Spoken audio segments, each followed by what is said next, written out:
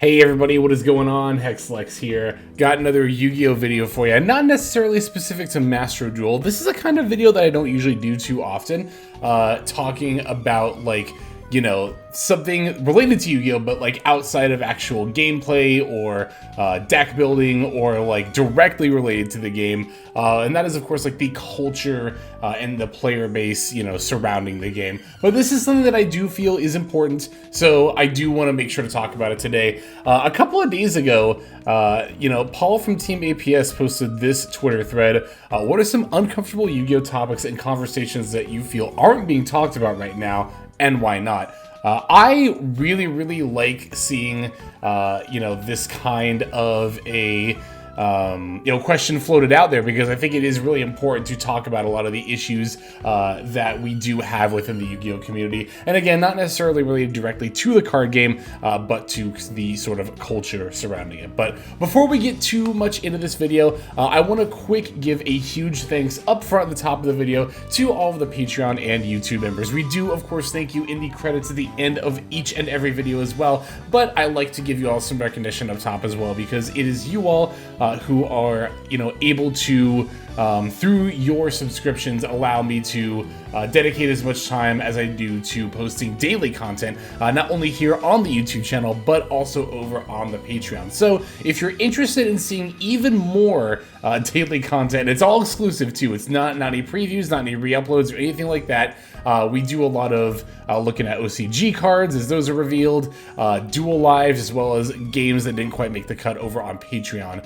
Feel free to check that out, patreon.com/hexlex, link in the description below. If you want to see YouTube videos early, then you're going to want to click the join button down there to get early access to those videos. So thanks again to all those members there, super appreciate you. But let's go ahead and start taking a look at some of these replies. So I decided to jump in by saying that I think that people take the game way too seriously. And I don't even mean the competitive sense, because as you all know, like that's something that I'm like here for. But something that I see a lot like within the Yu-Gi-Oh community is a lot of just like, and this is like, it's not exclusively true of the Yu-Gi-Oh community, but of a lot of like online / quote unquote gamer communities. And that's like, just genuinely hateful things being said to and about people for something as simple as, disagreeing about like a deck or a ban list or something, right? Like genuinely insulting people's intelligence, like people, just saying things like, if you don't like think this card should be banned, then like you have no business spouting any opinion about any game design thing ever. And it's just like, dude, like this is a fucking card game. Can we calm down, please? It's just like there's always this like real objectivism to it too, right? And this is again very much a human problem, not just a Yu-Gi-Oh problem, but like players will often either phrase their opinion in a way that sounds really objective or just think it is objectively correct. Like people who say, like pile decks are bad for the game, when what they really mean is, I don't like pile decks. You can just say, I don't like pile decks. It doesn't need to necessarily be followed by an essay of like why they are like unhealthy for the. I think it really is that verbiage, because I mean, of course, everyone's entitled to their opinion, and you can write an essay saying why you don't think pile decks are, for whatever reason you dislike them. You don't think they're fun to play against, you think they take too long, you think the end boards are too samey. Like, that's all valid, but to then kind of warp that into, so Yu-Gi-Oh would be objectively better if we all just followed what I think, is just so prevalent and common. And this leads to a lot of like the insults, right? And insulting people's intelligence for not agreeing with you. Another insult I see a lot is for like the decks that people choose to play. And like, I've said it before, and I'll say it again. If you genuinely think less of people, not within a Yu-Gi-Oh sense, but as a human being, because they choose to play something like Stun or Fluanderies or a deck you don't like, you have to reevaluate your priorities in life. Like, you cannot actually be out here thinking that people are like genuinely amoral for the types of cards they choose to play in a game. I know multiple people listening to these words right now genuinely think this. I don't know how else to say it, but like, you need help. You need to reevaluate like your life's priorities. This is like something that therapy does wonders for. I mean, I'm serious too. Like, it's just, it's wild, the things that people say about each other over a card game. I don't know. But my response was far from the only one. I definitely want to take a look at some other ones here, including this one from MBT, which is like, yeah, this is a huge issue within the Yu-Gi-Oh community. Even as he clarifies here, like, you know, it's like, oh, so some supposed top players use that, and it's like, some. Listen, I gotta tell you something. As somebody who played the TCG for a long time, you know, I attended, you know, back when they were called Nationals for the United States, or WCQs. I attended that from 2007 to 2014. I was not out there like consistently topping YCSs or anything, or Shonen Jumps, you know, back when I first started like really playing competitively, but I would very frequently top regionals and attend these upper level tournaments. And I can tell you that, like, since back in like 2007, like, this has been a very persistent issue. Things, I don't know, I understand they can be more complicated than just this simple sometimes, but generally speaking, you should not take prescription drugs that are not prescribed to you. I don't think that's a very controversial statement. And I don't think it's a very controversial statement to say you definitely shouldn't do that for the sake of winning a TCG, like a trading card game tournament, right? Like, it's just not worth it. Like, it just really is not. And I don't know, it's like, it is a very interesting, you know, like MBT's kind of talking about, is it even worth banning or curtailing the use? Like, you know, of course there are people out there who legitimately need, you know, these prescriptions in order to help them focus and stuff, right? But, you know, at the same time, it's like, it's so, I don't know, it's so hard to police, right? It's so hard, like, you don't want to have Yu-Gi-Oh players, like, show up with an RX, right? Like, an RX. That's how you know I don't know shit about, like, medicine or the medical fields, but long story short here, like, y'all, don't take prescription drugs that aren't prescribed to you, and especially don't do it to win a trading card game tournament. That might possibly be one of the dumbest reasons to do it. So, yeah. What else do we have here? Yes. Okay, so this one, I think Dyer's response here, actually, yeah, I end up getting more likes than Paul's original tweet, but Dyer very aptly and correctly states, we don't talk enough about how a sizable chunk of top players are either transphobic or openly associate with transphobic people. Yeah, especially the latter, and again, like a lot of these issues, this does extend outside of the realm of Yu-Gi-Oh, but like, this particular, you know, openly associating with transphobic people, it's like, there are so many instances, again, not only in Yu-Gi-Oh, but in life, of, like, people who are transphobic being or feeling enabled because people who they consider to have, like, different morals than them let what they say slide, right? And that's why it's so important to stand up to this kind of hate at every turn, because every time that you don't, it's like, it's being accepted, it's being normalized. It's like, you know, Stewie isn't your friend. Stewie, like Stewie, your friend. You know, Stewie isn't your friend that just makes an off-color remark every now and then. You know, your friend Stewie is a transphobe if they're very consistently doing that. And like, that's not the easiest thing for a lot of people to like come to terms with, right? Whether it's someone that they know, like a friend or a family member, or someone they look up to, especially like an online personality, or in this case, you know, the realm of Yu-Gi-Oh, like a good or pro, quote-unquote pro player.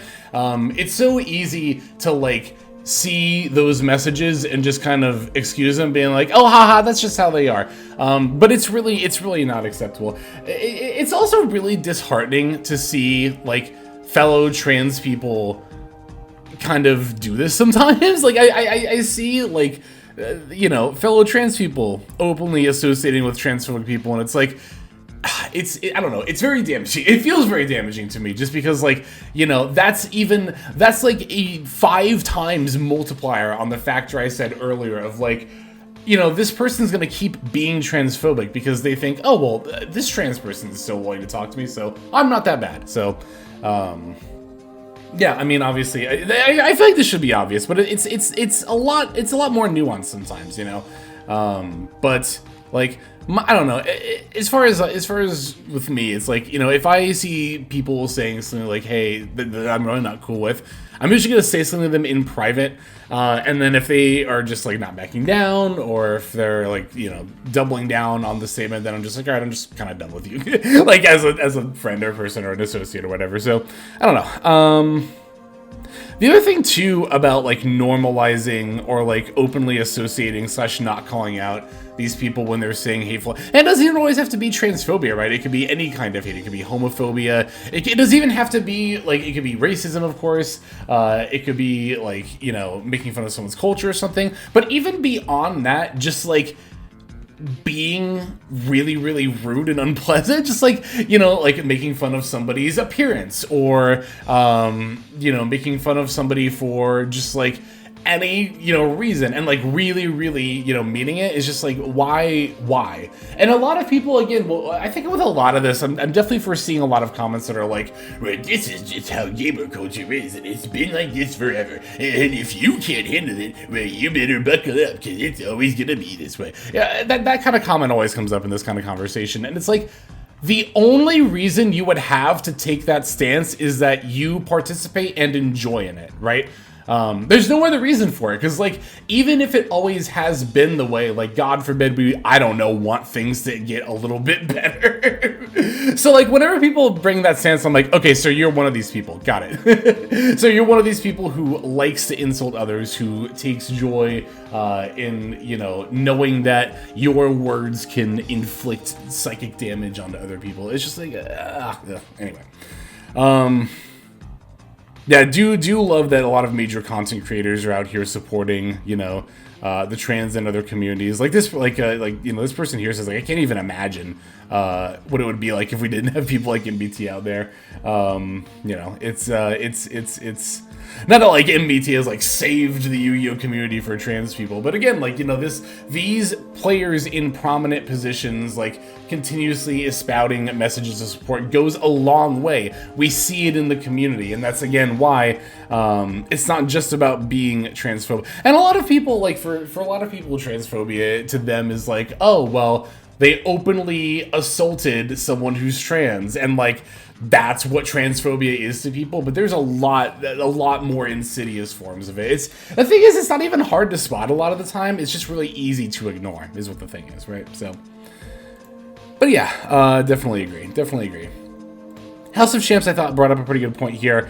How genuinely miserable and unpleasable some people are in the community. While I harsh post about Konami, I also have positive ones and also point out what I think could be done better. Some people only complain no matter what is given to them, what's given or happening. Again, this is also a human thing, but we see this a lot in the Yu-Gi-Oh community. I see this so much about literally every single aspect, like, of the game, in the comments. Like, you know, especially when it comes to what style of deck I play, where I'm like, all right, I'm going to play a competitive deck for this video. And, you know, of course, the comments are like, not all the comments, but you'll get comments like, oh, you're so try-hard, you only play decks because they're good. And then I'll play, like, a for fun build. And then someone's like, oh, this build's obviously terrible. Why would you play this when you could just play a superior deck?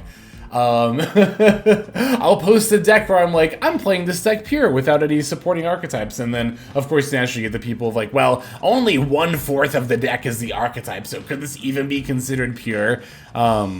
There is, like, and again, largely a human thing, but there's no pleasing a lot of people, especially within the Yu-Gi-Oh community. That's why I try to make it a point to, like, not only within videos and on social media, like, speak positively about the game, but like, I try to like acknowledge a good amount of comments that do speak positively about the game, because it's something that, like, you don't see as often as you should. There are so many people out there who, like, I see on social media where every single thing they have to say about the game is like, this ban list sucks, this card sucks, this card's obviously broken, this card should be banned, I lost to this. And it's just like, do you have anything good to say about this game? Oh my god, this is actually, I've encountered this lately, like trying to follow people who are, like, in my opinion, like very, very good at the game, right? People who I very proactively want to learn from, only to, like, try to follow their content or their social media page, and for it to be like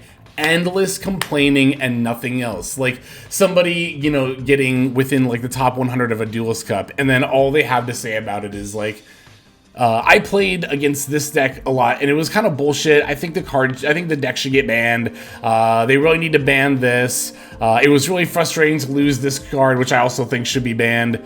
And if you really think that these cards shouldn't be banned, then I really question why you're even like bothering to play the game. And then that's like all they have to say, and it's just like, great, thanks. It's like, God forbid you enjoy the thing you sink some time into, or like express that you do in any way, shape, or form. But anyway, okay, what else do we have here? Too aggressive, edgy, bigoted behavior. TOs and high-level players will still say slurs. Absolutely, you see that all the time. Again, people just being like, cruel and rude for just like no reason. Unfortunately, I did start to see a trend at some point here where people were just complaining about like the price of cards, or like a ban list, or like casual Yu-Gi-Oh is dead. And it's like, I feel like this is about the point where we kind of missed the prompt. It's like, what are some uncomfortable Yu-Gi-Oh topics and conversations that you feel aren't being talked about? Not that I think that, like, price point stuff, I'm not saying that we shouldn't complain about that, but this is a thread kind of specifically for stuff that needs to be given more attention. And, complaints about prices or rarities, or game design, like locks and negates or whatever. It's just like, that's not really what this is about. This is like, I don't know. I really think this is more a time to highlight, again, stuff that isn't often talked about.